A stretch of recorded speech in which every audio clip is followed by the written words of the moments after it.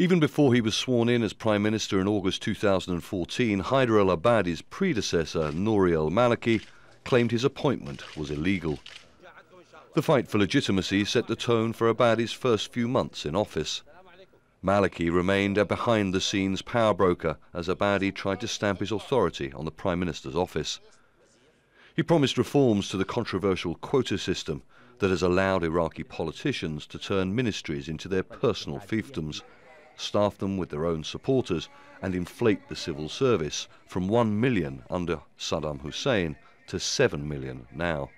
Abadi had powerful supporters, including Grand Ayatollah Ali Sistani, the highest Shia Muslim cleric in Iraq. Iraq faced many challenges, and in the spring of 2014, ISIL fighters seized large parts of the country.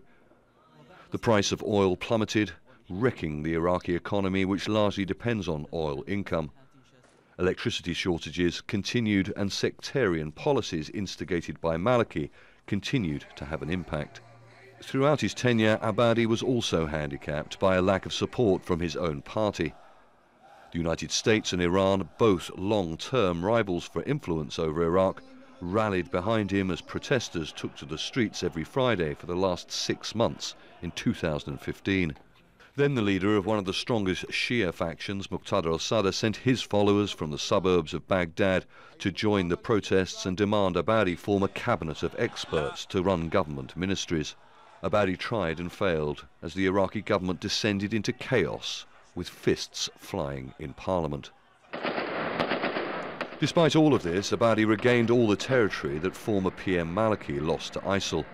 He has secured renewed American military support, and with American help, the army that fled Mosul in June 2014 has been rearmed and now has an air force and a division of special forces who have proven capable fighters.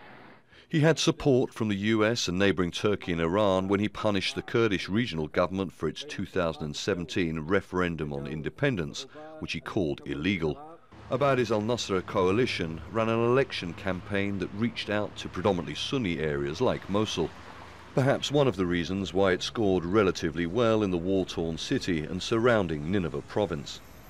Throughout his term, Abadi also managed to balance the competing interests of the US and Iran in Iraq, and he has done this without ignoring the interests of Sunni neighbours like Saudi Arabia. In the elections, he faced strong competition from other predominantly Shia coalitions heavily supported by Iran, including Fatah, led by the former commander of the Shia militia, Hadi al-Amiri. Abadi hasn't secured the top place in the elections, but it's likely Muqtada al-Sadr and his winning coalition will choose him as a partner to form a new government. Charles Stratford, Al Jazeera.